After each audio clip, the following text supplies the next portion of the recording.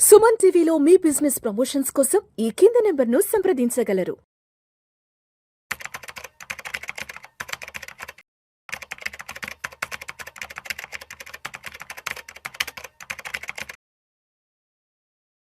అనిల్ గారు నమస్తే సార్. నమస్తే అండి. మాధుడి గారు నమస్తే మేడం. నమస్తే అండి. ఎస్ అనిల్ గారు, వేదాంత గ్రూప్ చైర్మన్ అనిల్ అగర్వాల్ గారికి సంబంధించిన వార్త ఒకటి నిన్నటి నుంచి బాగా వైరల్ అవుతోంది అండ్ చాలా మందిని ఆ వార్త అంటే బాగా ఎమోషనల్గా టచ్ చేసింది సార్. ఒక్కసారి ఆ వార్త ఏంటో చదువుతాను. వేదాంత గ్రూప్ చైర్మన్ అనిల్ అగర్వాల్ సంపదలో 75% సమాజానికి ఇచ్చేస్తానంటూ కూడా ప్రకటించారు. కుమారుడి హఠాన్మరణం వేళ వేదాంత అగర్వాల్ పునరుద్ఘాటన. వేదాంత గ్రూప్ చైర్మన్ అనిల్ అగర్వాల్ తన సంపదలో 70% కంటే ఎక్కువ మొత్తాన్ని సమాజానికి విరాళంగా ఇస్తానంటూ కూడా ఆయన ప్రకటించడం నిజంగా ఇవాళ యావత్ భారతదేశంలో ఉన్న ప్రతి ఒక్కరిని కూడా చాలా ఎమోషనల్గా టచ్ చేస్తున్నట్టు కూడా ఆ ఆర్టికల్ అయితే మాత్రం వచ్చింది సార్. సార్ అంటే వేదాంత గ్రూప్ చైర్మన్ అంటే కొన్ని లక్షల కోట్ల వేల కోట్ల రూపాయల సంపద ఉన్నటువంటి వ్యాపారవేత్తలు. సో ఆయన కుమారుడి అమెరికాలో ప్రమాదవశాత్తు చనిపోయిన తర్వాత సో ఆయనకున్నటువంటి సంపదలు, ఆయనకున్న వెల్త్లో ఆల్మోస్ట్ 70% కంటే ఎక్కువగా కూడా సొసైటీకి నేను చారిటీ కింద ఇచ్చేస్తానంటూ ఆయన ప్రకటించడం అనేది అది నిజంగా చాలా చాలా గర్వకారణం, చాలా గొప్ప విషయం. సో మరి ఇటువంటి పెద్ద పెద్ద వాళ్ళ నుంచి, ఇటువంటి పెద్ద పెద్ద వాళ్ళ మంచి చర్యల నుంచి మనం ఎటువంటి పాఠాలు నేర్చుకోవాలి, అసలు మనల్ని మనం ఏ విధంగా మెరుగుపరచుకోవచ్చు అంటారు ఇటువంటి సందర్భాల నుంచి? ఒకటి, ఇది ఎవరైతే హఠాన్మరణం జరిగిందో అగ్నివేష్ అగర్వాల్.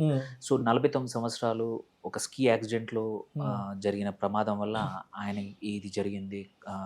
సో కొన్ని థింగ్స్ ఇంపార్టెంట్ థింగ్స్ ఏంటంటే, ఒకటి మీరు చెప్పినట్టు సమాజ సేవ కోసం 70% 75% తను స్పెండ్ చేస్తాను. అది ఆల్రెడీ చాలా మంది మన ఇండియన్ అండ్ ఆల్సో గ్లోబల్గా కూడా చాలా మంది ఎవరైతే బిలియనియర్స్ ఉన్నారో ఈ కమిట్మెంట్ ఇచ్చారు. అండ్ ఇప్పుడు ఎమోషనల్ స్టేజ్లో వీళ్ళు కూడా అనిల్ అగర్వాల్ గారు ఆల్రెడీ మొదటి నుంచి చేస్తున్నారు, ఆయన ఇది చేశారు. కానీ ఇక్కడ నుంచి కొన్ని థింగ్స్ ఇంపార్టెంట్ ఆయన దగ్గర నుంచి నేర్చుకోవాల్సింది. ఒకటి ఏంటంటే సక్సెషన్ ప్లానింగ్. వేదాంత గ్రూప్ కంపెనీ హ్యూజ్ కంపెనీ, మెటల్స్లో మనకి చాలా ఇండియాకి కీ ఇంపార్టెంట్. వేదాంత గ్రూప్ అంటే ఒకటి మనం నేర్చుకోవాల్సింది ఏంటంటే, అనిల్ అగర్వాల్ మొదటి నుంచి కూడా వాళ్ళ ఇద్దరు పిల్లలకి, వాళ్ళ కూతురికి వాళ్ళ అబ్బాయికి కంపెనీలోని వాళ్ళ గ్రూప్ కంపెనీస్ బాధ్యతలు డివైడ్ చేయడము అండ్ ప్రొఫెషనల్గా అంటే ఫ్యామిలీ మీద డిపెండెంట్ కాకుండా ప్రొఫెషనల్ లీడర్షిప్ డెవలప్ చేసుకోవాలి. అంటే వాళ్ళు కంపెనీ మాకు ఏమైనా కంపెనీ ఎప్పుడు మిగిలిన షేర్ హోల్డర్స్ కూడా ఉన్నారు, ఓన్లీ ప్రమోటర్సే కాదు. సో షేర్ హోల్డర్స్ వాల్యూ కూడా అలాగే ఎప్పుడు కంటిన్యూగా ఉండాలి. కంపెనీ ప్లాన్స్ ఏమి ఉండాలంటే ప్రొఫెషనల్ లీడర్షిప్ కంటిన్యూస్గా నెక్స్ట్ జనరేషన్ కూడా తయారు చేయాలనేది వాళ్ళు ముందు నుంచే చేస్తున్నారు. That was a good. అందుకే ఇంత పెద్ద జరిగినా కానీ స్టాక్కి అంత పెద్ద ఇంపాక్ట్ అవ్వలేదు. అండ్ రేపటికి సక్సెషన్ ప్లానింగ్ కొంచెం కొన్ని కేసులు ఒకటి హిందుస్థాన్ జింక్ బోర్డు కానీ కొన్నిట్లలో మాత్రం ఎఫెక్ట్ అవ్వచ్చు కొన్ని రోజులు, ఎందుకంటే తను కీ డిసిషన్ మేకర్.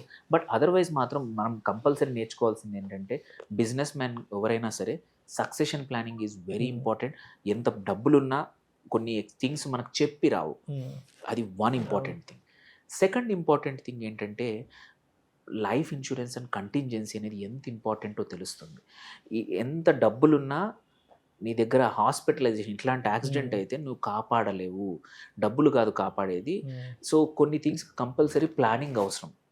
సో ఏం ప్లానింగ్? ప్రతి ఒక్కరికి కూడా ఎటువంటి రెస్పాన్సిబిలిటీస్ ఉన్నాయో, నీ యాస్పిరేషన్స్ ఉన్నాయో, అవన్నింటికి సరిపడా లైఫ్ ఇన్సూరెన్స్ తీసుకోవడం. చాలామంది ఏంటంటే, అది ఒకటి ఉందండి నాకు ₹1,00,00,000 ఉంది అంటారు.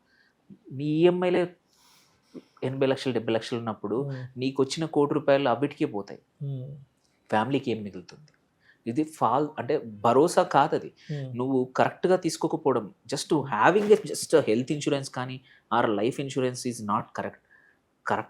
సఫిషియంట్ అమౌంట్ ఉందా లేదా నీ బాధ్యతలకి? నువ్వు 25 ఉన్నప్పుడు ఒక ₹1,00,00,000 తీసుకున్నావు, ఇప్పుడు నీ ఏజ్ 40, ఏం సరిపోతుంది? నీకు 2 పిల్లలు ఉన్నారు, అప్పుడు పిల్లలు లేరు, అప్పుడు భార్య లేదు, అప్పుడు సెకండ్ హౌస్ లేదు, బాధ్యతలు లేవు, ఏమీ లేవు.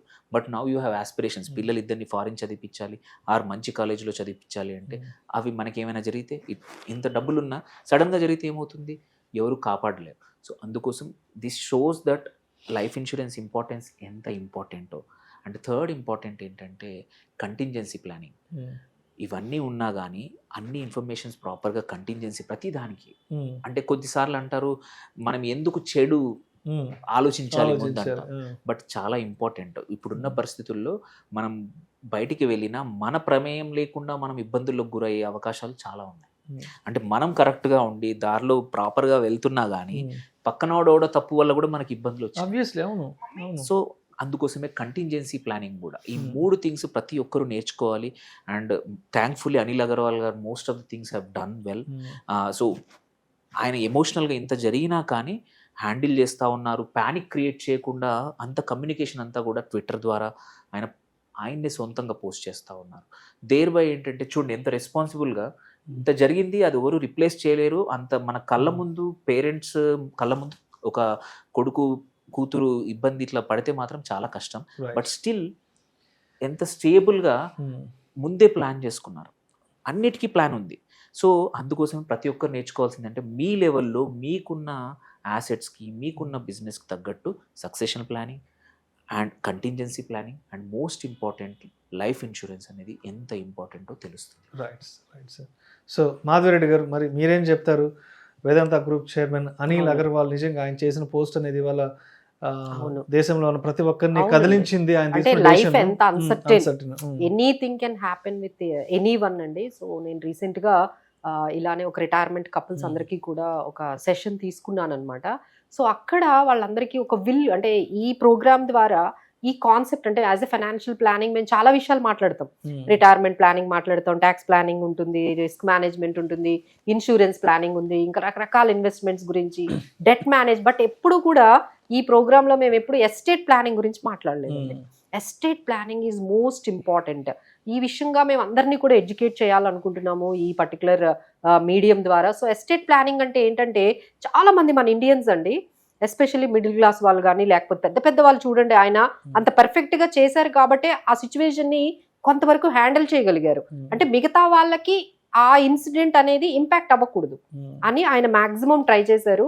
ఇక్కడ ఏం జరుగుతుందంటే చాలా మంది మనం చూసామండి, ఒక నామినేషన్ కూడా పెట్టరండి. మ్యూచువల్ ఫండ్స్ రాస్తారు, నామినేషన్ పెట్టరు. ఎఫ్డి చేస్తారు, నామినేషన్ చెయ్యరు. అసలు ఎక్కడ అంటే ఇన్సూరెన్స్ కంపెనీలకు కానీ ఎక్కడ కూడా నామినేషన్ డీటెయిల్ పర్ఫెక్ట్ గా ఇవ్వరు. సడన్ గా ఏదైనా అవుతుంది కదండి, life is very certain. So ఇప్పుడు ఆ డబ్బులన్నీ ఎవరికి రావాలి, ఎలా వెళ్తాయి, అసలు వాళ్ళు మిగతా వాళ్ళు ఎంత ఇబ్బంది పడతారు తెలుసా అండి. కోర్టుల చుట్టూ తిరగడము, లాయర్ల చుట్టూ తిరగడము. చిన్న ప్రాబ్లం ఏంటి, మీరు నామినేషన్ అనేది కరెక్ట్ గా పెట్టలేదు. మేడం చాలా మంది మగవాళ్ళ ఇంట్లో వాళ్ళు చేస్తున్న ఇన్వెస్ట్మెంట్స్ ఏమున్నాయి, సేవింగ్స్ ఏమున్నాయి, మనం ఎవరికైనా అప్పులు ఇచ్చామా, పోనీ ఎవరి దగ్గర నుంచి ఏమైనా అప్పులు తీసుకున్నామా, మన ఫ్యామిలీకి ఏదైనా ఒక టర్మ్ ఇన్సూరెన్స్ ఉందా, ఒక మెడికల్ ఇన్సూరెన్స్ సంగతి పొరపాటును వైఫ్ కూడా ఏమీ షేర్ చేసుకోరు. సో అందుకని ఈ రోజు ఏంటంటే ప్రతి ఒక్కరు కూడా నామినేషన్ అనేది చాలా ఇంపార్టెంట్ అండి. మీకు మ్యూచువల్ ఫండ్స్ ఉండొచ్చు, డిమాట్ అకౌంట్ లో స్టాక్స్ ఉండొచ్చు, ఇవన్నీ కూడా నామినేషన్ పెట్టండి. ఆ తర్వాత విల్ రాయాలండి. విల్ అనేది ఏంటంటే నా తదనంతరం నాకు ఏదైనా జరిగితే ఈ ఏదైతే వాళ్ళు సంపాదించిన ఆస్తులు ఉన్నాయో, ఏవైతే ఉన్నాయో ఎవరికి ఇవ్వాలి అనుకునేది ఒక విల్ పెట్టేసుకున్నారు అనుకోండి, ఏం ప్రాబ్లం ఉండదు. లేదంటే ఏమవుతుందండి, అంతా కూడా కోర్టులకు వెళ్ళిపోతుంది. లాయర్లకి లక్షలు పెట్టినా మీరు ఆ ప్రాబ్లమ్ ని సాల్వ్ చేయలేరు. ఇక పిల్లలందరి మధ్య ఎంత విభేదాలు వస్తున్నాయి ఇప్పుడు మీరు చూస్తున్నారు కదండి. ప్రతి 10 మనం హౌసెస్ చూసుకుంటే 50% హౌసెస్ లో ప్రాబ్లమ్స్ ఇవే, ఆస్తి తగాదాలు. ఎందుకు అంటే పెద్దవాళ్ళు ఏం చెప్పరు మీకు, సడన్ గా ఏదో అవుతుంది, మరి వీళ్ళందరూ ఎలా పంచుకోవాలండి, వీళ్ళందరూ ఏం చేస్తారు. సో ఇదేంటంటే సడన్ గా ఇలాంటివన్నీ జరుగుతూ ఉంటాయి. కాబట్టి ఎస్టేట్ ప్లానింగ్ కూడా ఇప్పుడు రిటైర్మెంట్ ప్లానింగ్ ఎంత ఇంపార్టెంటో, తర్వాత మనము పెన్షన్స్, ఈ రెగ్యులర్ ఇన్కమ్, వీటి గురించే మాట్లాడతారు. కానీ ఒక విల్ రాసి పెట్టేద్దాం, అది ఎవరు మీరు చెప్పక్కర్లేదండి. ఇప్పుడు ఫ్యామిలీని అంతా కూర్చోబెట్టి చెప్పొద్దు, మీకు ఎవరికి ఏమి ఇవ్వాలి అనుకుంటున్నారో ఒక పేపర్ మీద రాయండి, దాన్ని రిజిస్టర్ చేయించుకోండి, అది అలా పెట్టేయండి. ఏదైనా ఎమర్జెన్సీ ఇలా సడన్ గా అయినప్పుడు ఏమవుతుందంటే పిల్లలందరికీ కూడా ఎన్ని ప్రాబ్లమ్స్ లేకుండా, ఆ లాయర్ల చుట్టూ లేకుండా, ఫ్యామిలీలో గొడవలు లేకుండా అంతా కూడా సక్సెషన్ ప్లానింగ్ అనేది జరుగుతుందండి. సో ఇప్పటికీ మన ఇండియాలో ఈ ఎస్టేట్ ప్లానింగ్, సక్సెషన్ ప్లానింగ్ గురించి అస్సలు అవగాహన లేదండి. But they need to do it. ఈ విల్ రాసుకోవడము, నామినేషన్ చేసుకోవడం అయితే నేర్చుకోవాలి. Thank you sir, thank you so much Anil garu, and thank you so much Madhavi Reddy garu. దాదాపు సుదీర్ఘమైనటువంటి ఈ డిస్కషన్కి ఇవాళ మీరు పిలిచిన వెంటనే వచ్చి దాదాపు 3 గంటల సమయాన్ని, మీ అమూల్యమైన సమయాన్ని మన సుమన్ టీవీ ప్రేక్షకుల కోసం, ఆడియన్స్ కోసం ఇచ్చి వాళ్ళకు ఒక మంచి ఇన్ఫర్మేషన్, ఒక మంచి నాలెడ్జ్ని మీ ద్వారా నేను షేర్ చేయగలుగుతున్నాను. థ్యాంక్ యూ సో మచ్ అండి. Thank you.